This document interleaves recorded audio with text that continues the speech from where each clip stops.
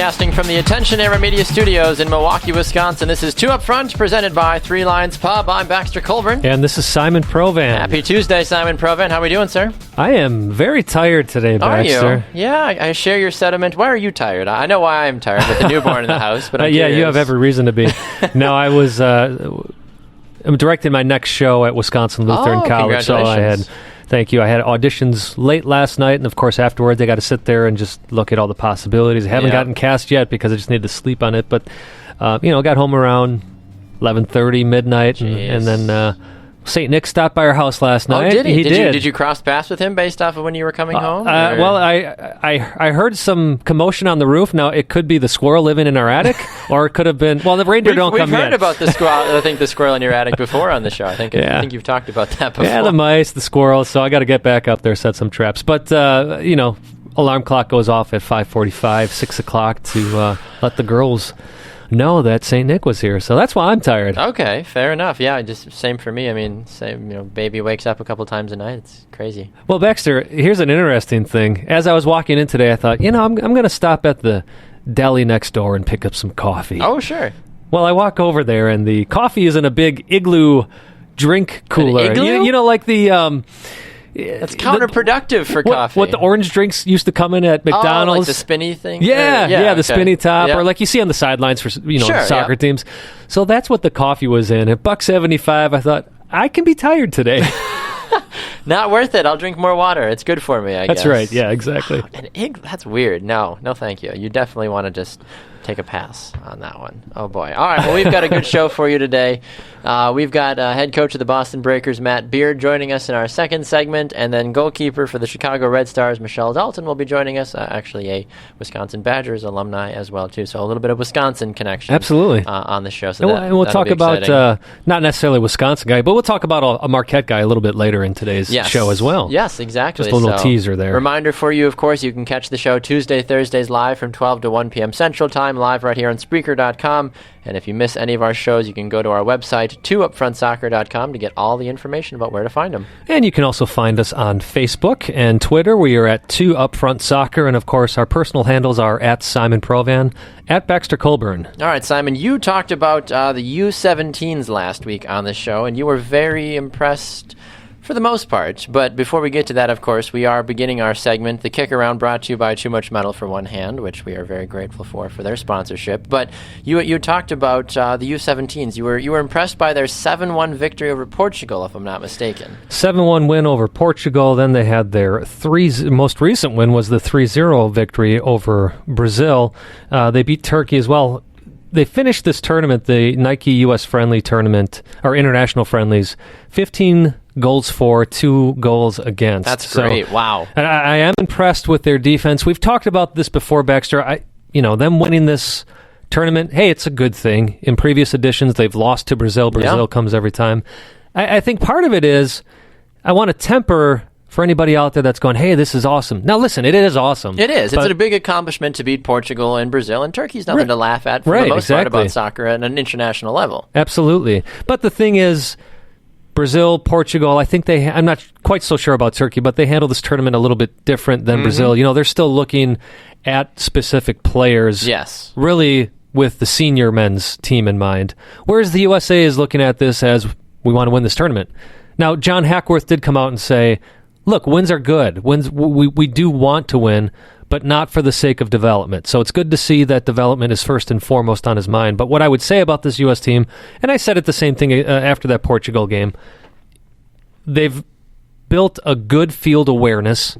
Yes. They do wonderful with their passing. I think defensively, this is one of the strongest units we've seen in a youth national team on the men's side for U.S. soccer.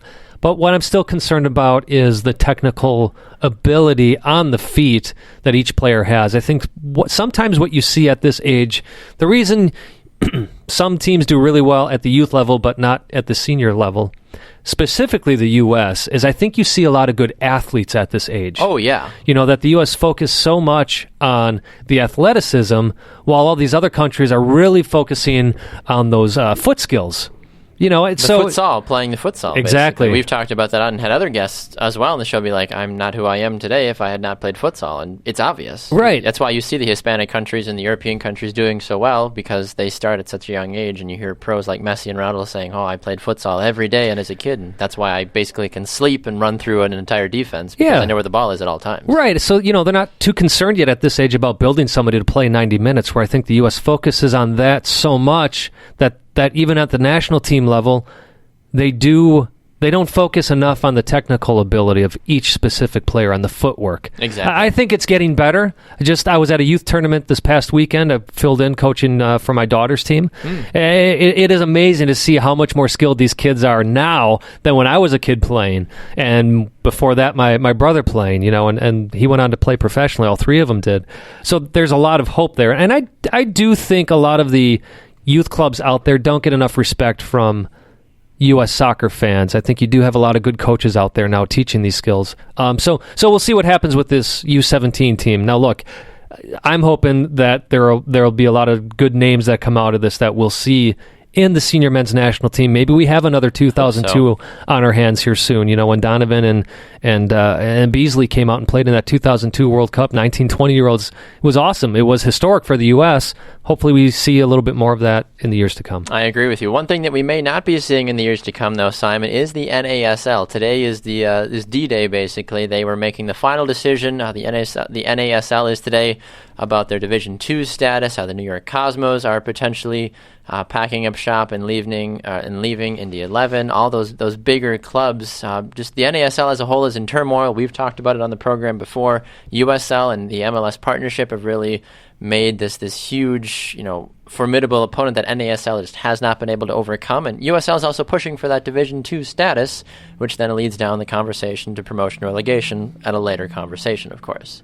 How are you feeling about this NASL thing? I followed NASL a little bit. I knew who the Cosmos were growing up because you heard about Pelé and all the other great things that went on with the Cosmos back in the day, but since I've been following MLS, I've always been like, what's the deal with NASL? Why can't they just get over themselves and either be an MLS or go away?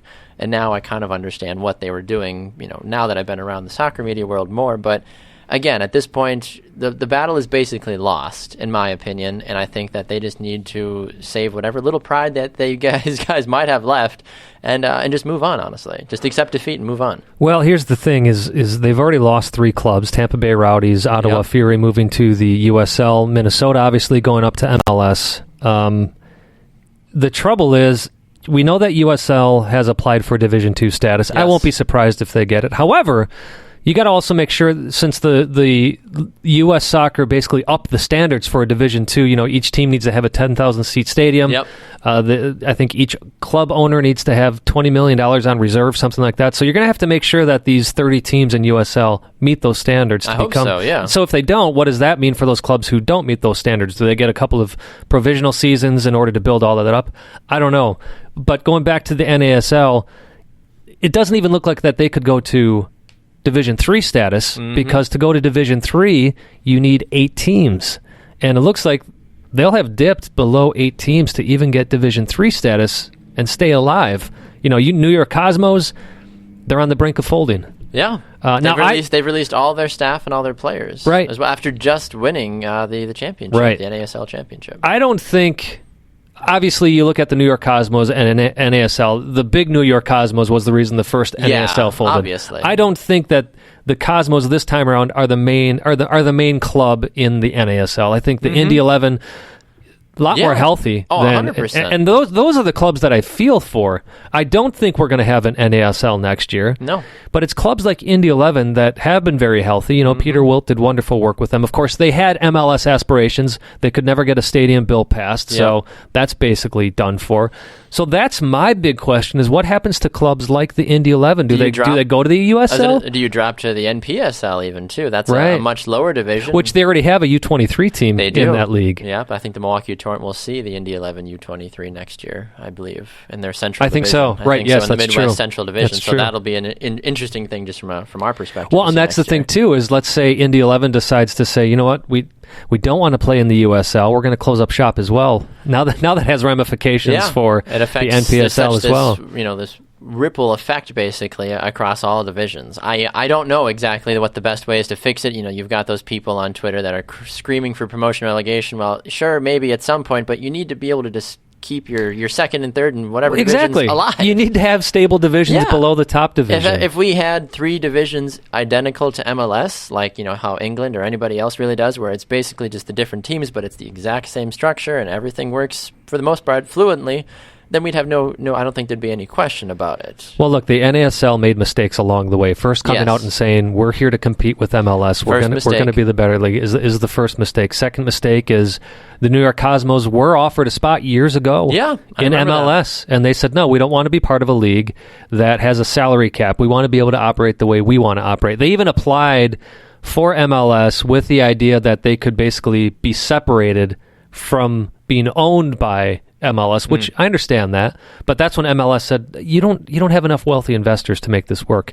and now we're seeing that come to fruition. Yeah, no, we'll find out more, of course, today once the NASL meetings are officially over with. But it does make you wonder. It's like, what is the future of NASL? What's the future of even American soccer as a whole? Because how many semi-ish soccer fans were following some of these other teams saying, if these teams can't even keep it together, why should I even bother dealing with any of the other leagues, especially MLS, even though they might be doing really well?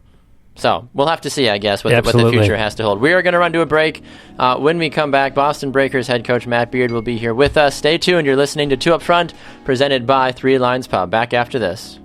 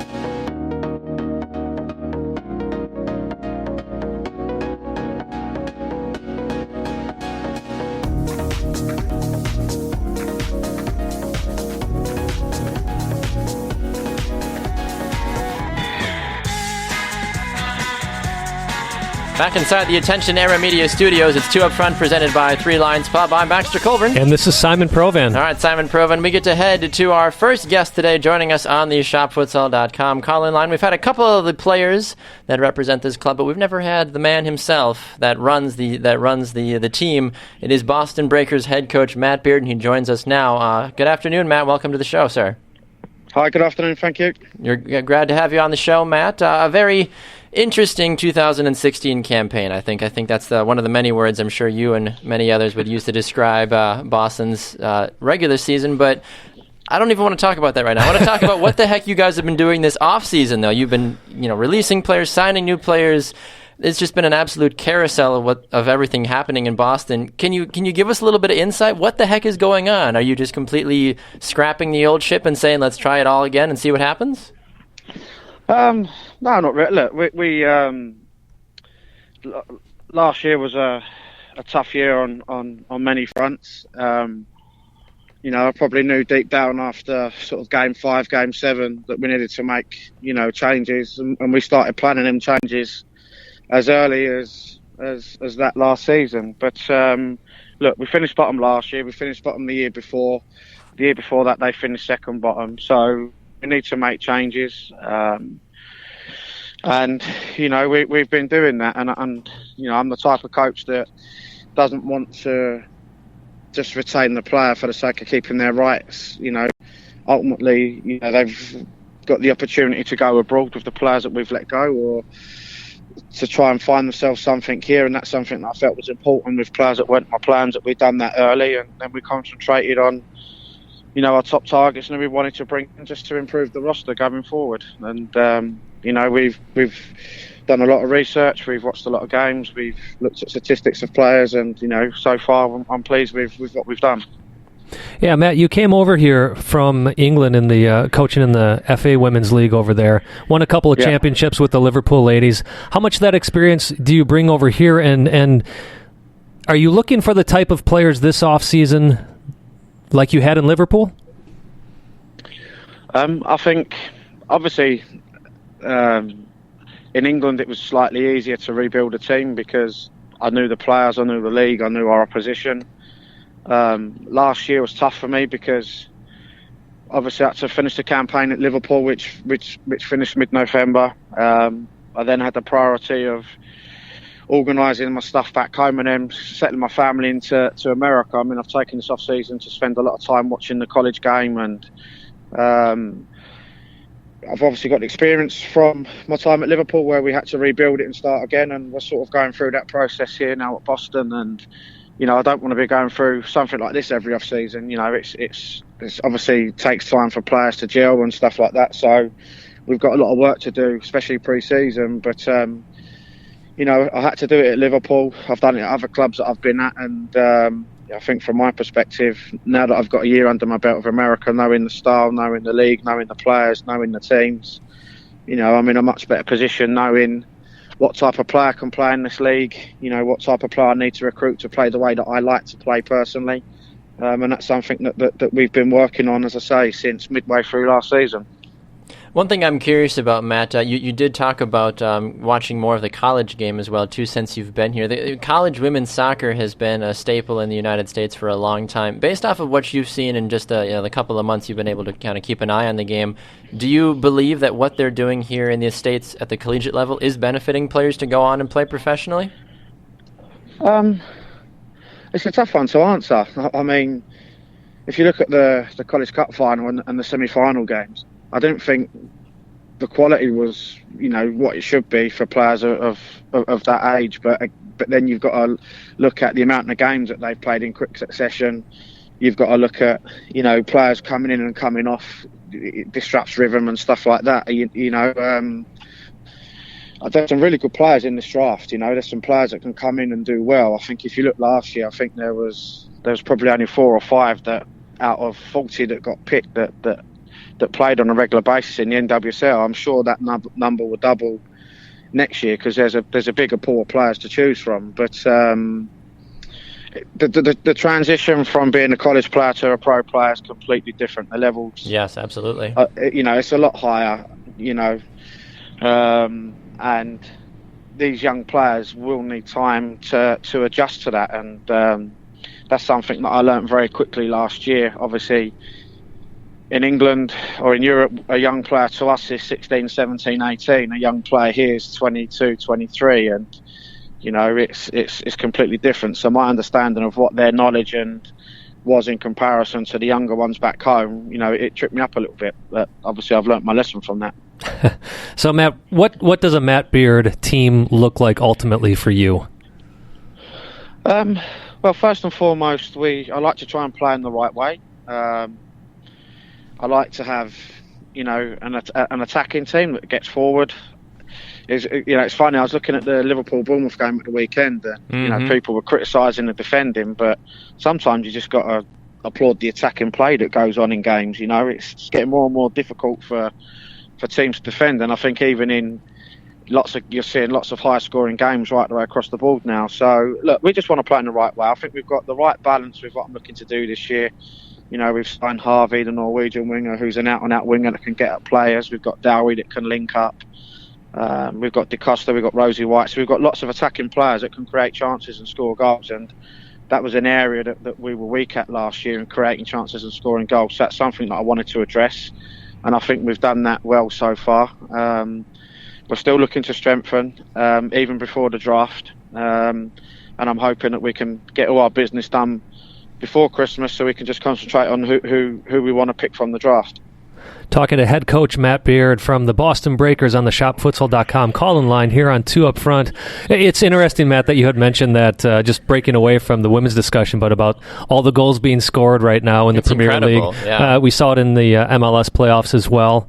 It's funny, though, isn't it, how finicky fans can be, because the same fans who are screaming for more goal scoring are now the ones saying, man, there's nothing but pub defense on these fields. Yeah, well, I mean, look at Man City. If you look, all he does, I mean, they got beat because they took risks, and that's the way he's always played. I mean, that counter-attack where Chelsea went from one end of the pitch to the other within 11 seconds, and the ball was in the back of the net. But I mean, what was it? That's the Toronto crazy. Yeah, Toronto. It's incredible. It's incredible to see the way that the teams play nowadays, especially, I mean, at the men's game. I mean, we've seen, of course, the NWSL get a little bit more scory, of course, as well, too. I mean, unfortunately, your ladies are on the wrong side of that scoreline several times. We don't want to bring up the Western New York Flash games too much if we can help please it. Don't. Please don't. But I'm curious, though, Coach, you've brought in a lot of great players this offseason as well, too. You let some fairly high-quality players go, but then you replace those with even better players. Of the players that you've brought in so far, who are you excited to see how they're going to gel with the members already on your squad? I think, I mean, more. The thing is, because I've had the opportunity to get to know the league, like only a certain type of player could come and play in this league.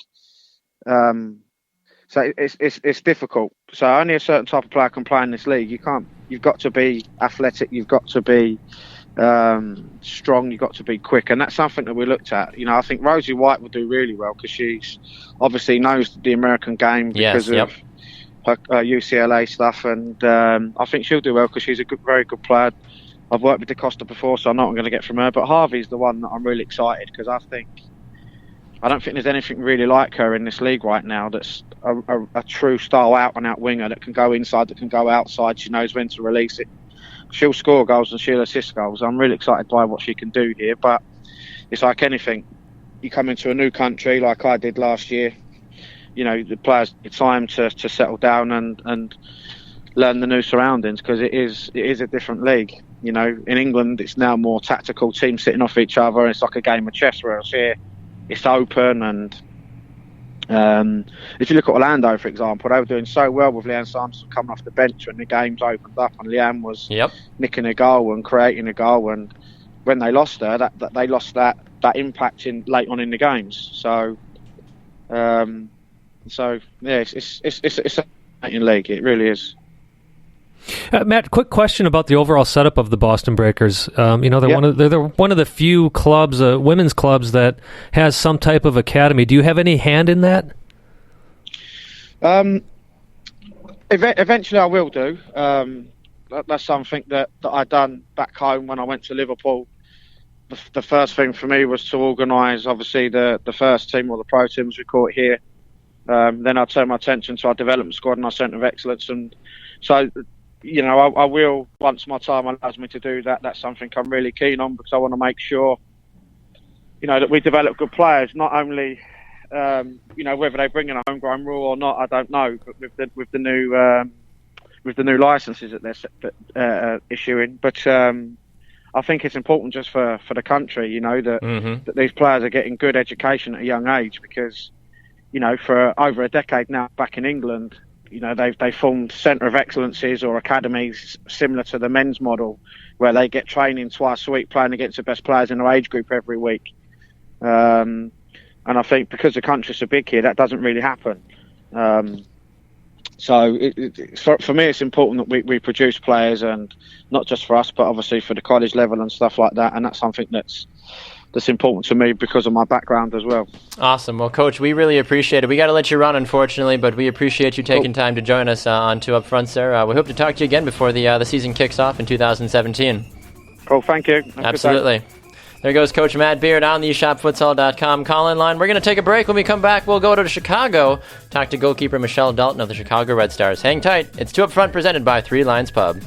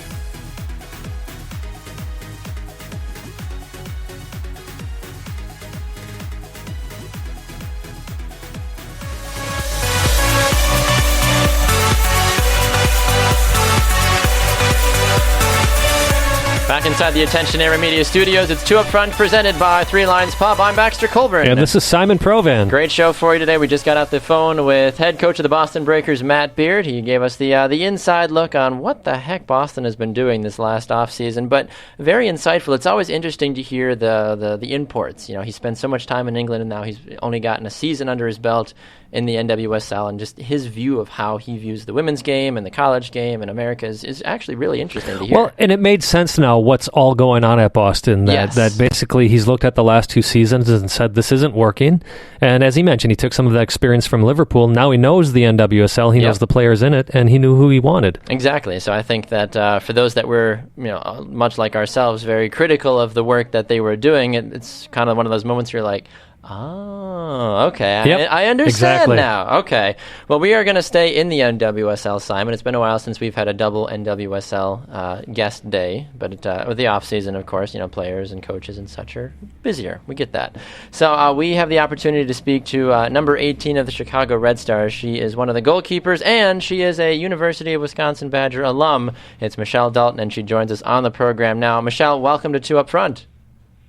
Hi, thanks for having me. And man, you're killing me with the. Obviously I'm a Badger alum, but it was a rough weekend for the Badgers this past week. My goodness, yes, it was. Yeah, that was painful to watch. I turned the game off at halftime. I'm like, we got this, and I woke up the next morning. I'm like, what happened? I did the same thing. I was like, oh, a piece of cake. And then I'm like, wait a minute. Yep, exactly. It's never a dull moment in Wisconsin sports, that's for sure. But I think that's why so many people love the Packers and Badgers and Bucks and Brewers and all that fun stuff. But we're not going to talk to you about that unless you really want to. But we want to talk to you about the Chicago Red Stars, of course, and your interesting and impressive 2016 campaign. You got the opportunity to get on the field several times with Alyssa Nair being gone for international duty. You started 7 total games. You allowed 7 goals, but you did a pretty good job overall, though. Well, give us your thought of those 7 games and just how you thought 2016 went for you as a whole. I thought the team, we did well. When our internationals were going, just like we did in 2015. I thought it was an opportunity for people to get on the field to show what they can do. A lot of younger players on our team got that opportunity, and I think everybody did really well with it. And I think, moving forward, it helps us and Coach Roy Dames moving forward to build upon the success that we've had in the past 2 seasons. We have some youth now, as opposed to 2015, where a lot of veterans retired.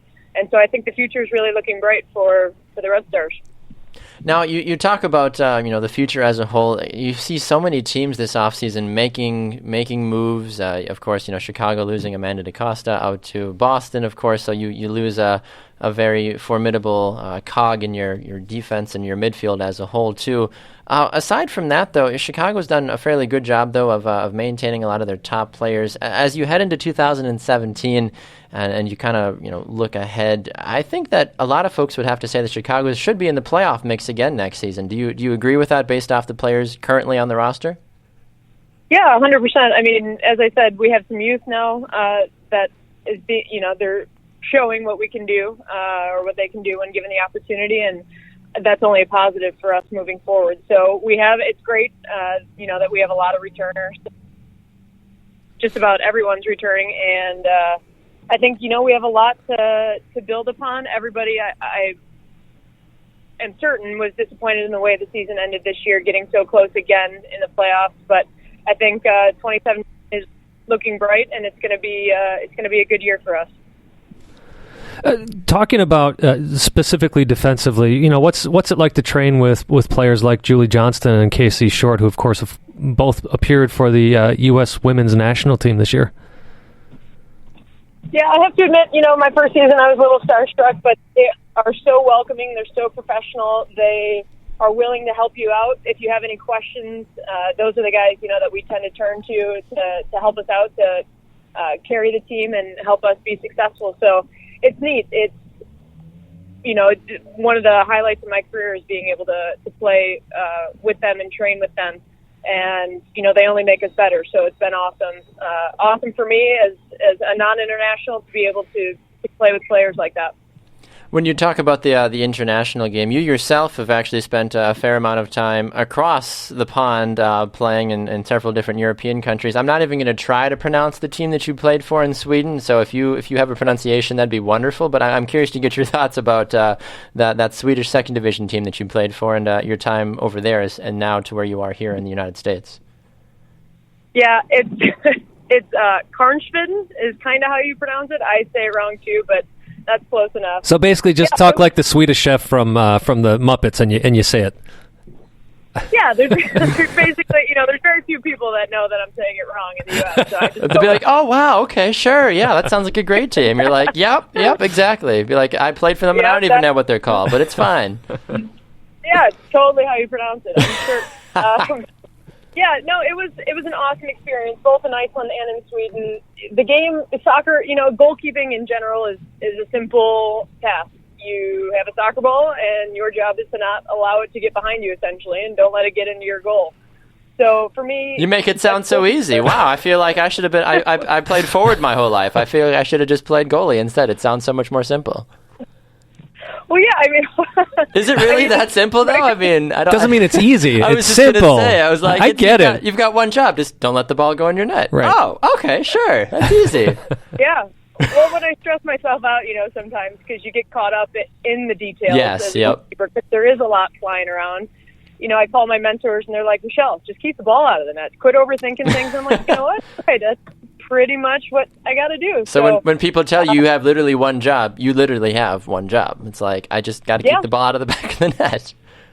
Exactly. And so, when you're overseas, as I say, as a goalkeeper, it's fairly simple. It's an international language, soccer is, and goalkeeping specifically, everybody has a different style and a way that they play, but you can adapt to that. And, once you get into a different environment, and you see the way somebody else, your new team is competing maybe a little bit differently than tactically than you're used to. It's not a difficult adjustment. It just takes some time and understanding of the game a little bit more. So I think it really has helped.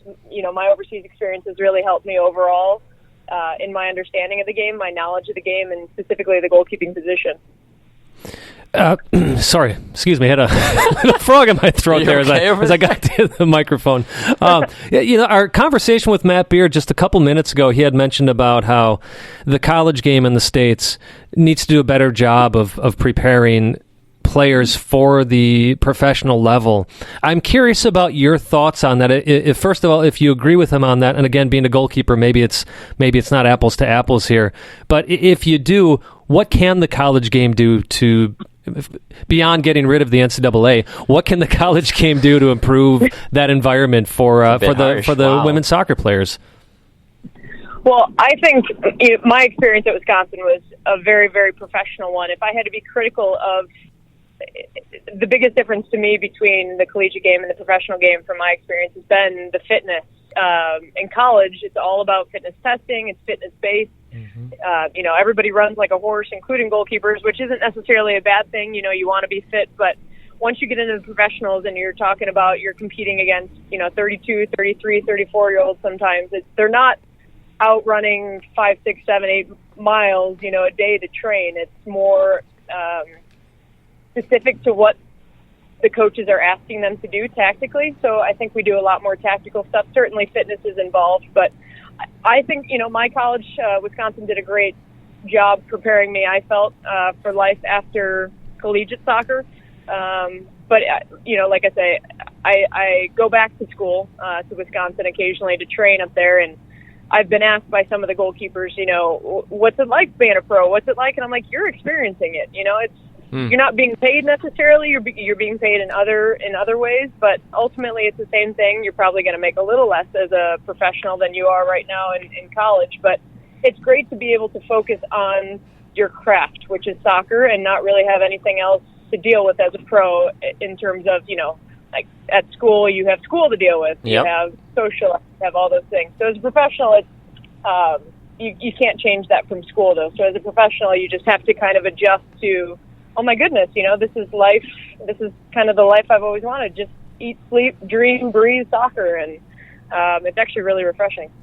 No, I'm curious too, Michelle, and it's fantastic to hear your opinion about that too, because I feel like the goalkeepers are hit or miss at times. Sometimes they're super chatty, as we've had, with Michelle and other players, but then you get those goalkeepers as well, Simon, that have been on our show that just don't say very much. And it's refreshing because it's like all you do for 90 minutes is scream at the top of your lungs to get people in position, and then to actually have the translate over, I think, is fantastic. So it's awesome to hear your insights about that, Michelle. I am curious too, a final thing before we let you go is when you did come back from playing in Europe, you get to play down in Chicago, basically as close as you can get to Madison professionally.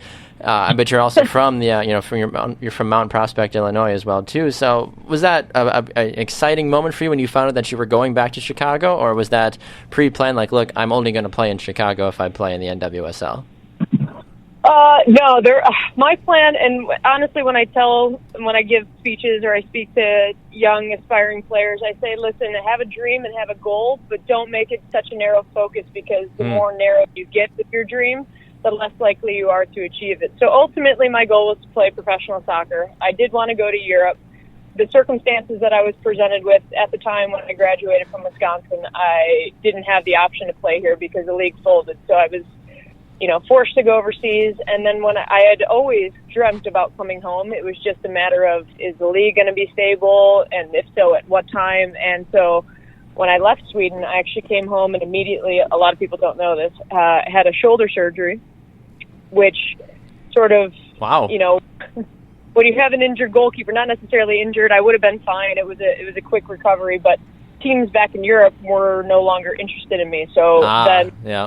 And especially as something as important as your shoulder, too, for playing the position that you do. Right. So I walked down to the Red Stars. I tried out and, earned a contract, and then in the end earned the starting role and played in the playoff game. And so, my shoulder was a non-issue at that point, but it was sort of given that, the opportunity that I was given it, I sort of just made the most of it. And went from there, and I'm so thankful that I'm back in Chicago, because it's really neat. My family, they can't read Icelandic or Swedish, so it's really difficult to follow me while I was what are they saying? Is it good things? Is it good things? I can't tell. Yeah, exactly. They would call and be like, what happened?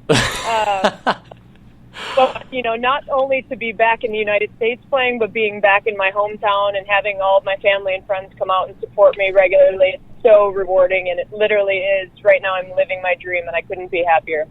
That's awesome, Michelle. And I don't want this question to sound like a Debbie Downer, because of all the great stuff that you get when you're in Chicago, as you said, near family, playing near your hometown of Mount Prospect.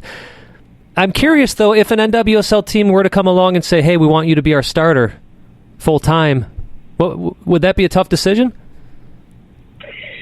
It would be a tough decision, certainly. I'm not getting any younger, though. I'm 28, and I want to play. Ultimately, that's, I would say, anybody's dream and anybody's goal. But the girls, the team here in Chicago is so tight-knit, and I love them so much. And obviously, my family is a factor as well. But and that's what would make it such a tough decision. Is it staying somewhere where you're comfortable, where you're successful, or can you go somewhere new and try something a little different and maybe get out of your comfort zone? Is probably, if that opportunity were to ever appear, that would probably be the decision, and I'd have to weigh the options at that time. But I wouldn't say no right off the bat to any opportunity. If I was that type of person, I wouldn't have lived with an Icelandic family in Iceland for 6 months. Well, Michelle, it's been great talking to you. I really appreciate your honesty, especially in that last absolutely. question. So you have a great off season, and wish you the best of luck in 2017. Thank you so much, gentlemen. Have a great afternoon. Thank you. You as well, Michelle. We appreciate your time. There goes Michele Dalton of the Chicago Red Stars on the ShopFutsal.com call-in line. We're going to head to a break. When we come back, the MLS Best 11 has been revealed, and the Landon Donovan MVP award was not presented to himself, but somebody I think at least was very deserving of it. We'll talk about that and more right after this. It's Two Up Front, presented by Three Lions Pub.